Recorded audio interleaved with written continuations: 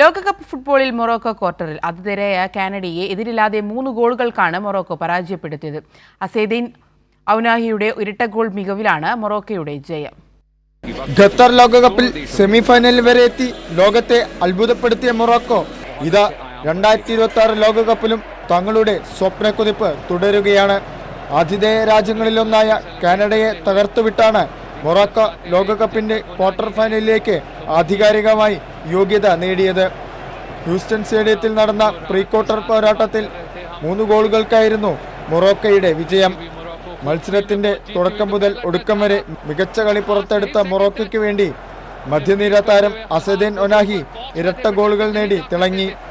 ആദ്യ പകുതി ഗോൾ രഹിതമായി കടന്നുപോയെങ്കിലും 50-ാം മിനിറ്റിൽ അസദീൻ ഒനാഹി മൊറോക്കോയെ മുന്നിലെത്തിച്ചു. അഷ്റഫ് ഹക്കീമിയിൽ നിന്ന് ലഭിച്ച പാസിൽ നിന്നാണ് ഒനാഹി ഗോൾ കണ്ടെത്തിയത്.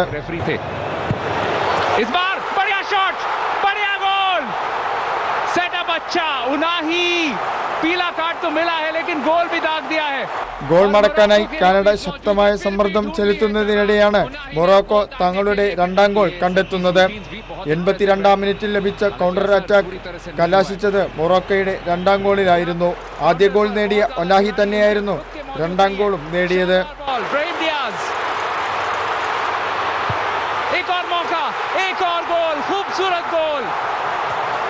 കളി അവസാനിക്കാൻ മിനിറ്റുകൾ മാത്രം ശേഷിക്കെ സോഫിയൻ റഹീമി മൊറോക്കോയ്ക്കായി 3ാം ഗോളും കണ്ടെത്തി.